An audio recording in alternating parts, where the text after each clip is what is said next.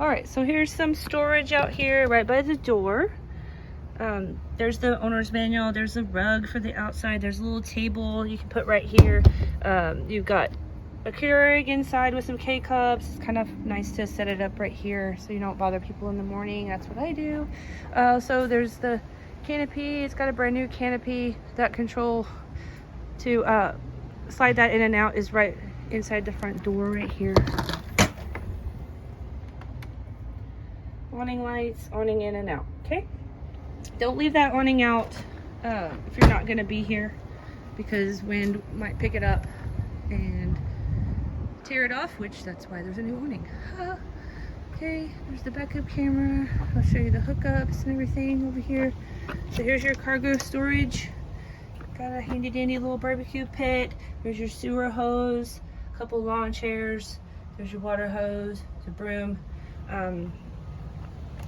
Here's your hookups for sewer. So you've got your black tank valve right here and your gray valve right there. Make sure those are pushed in before you take this cap off.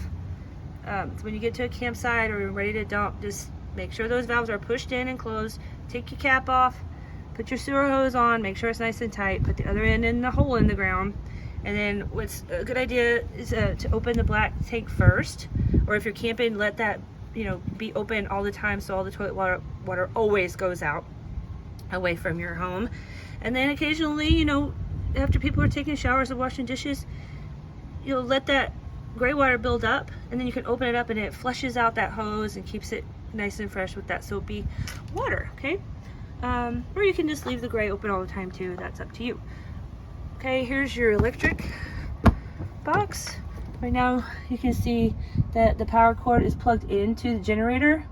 When you get to a campsite, you just unplug that, plug it into your campsite, and you're good to go. And then when you're done, when you're disconnecting, go ahead and plug that back in, because the generator will run, but it won't be powering your rig, okay? So remember to plug that back in. Okay, here's your gas tank. It takes regular gas. It's full right now. Please return it full. Here's your holding tank. Freshwater holding tank is full right now with our well water. This is for when you're hooking up to a campsite. Okay, that's pretty straightforward. Cable.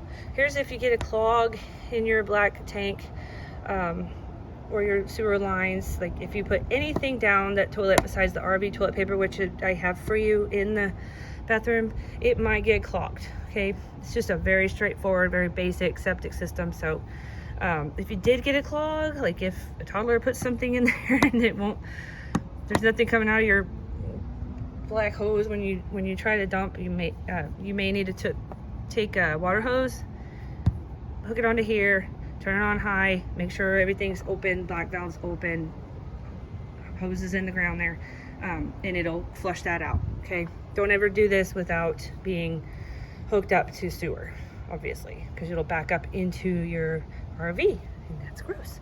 Okay, this is the propane tank, which you don't need to mess with that because it's got a lot of full of propane right now. That's a generator. The only reason why you would need to access this is if you were going to be really high altitude and you were trying to start the generator and it was choking, you might need to open up the carburetor, in which case just text me. I'll tell you how to do that.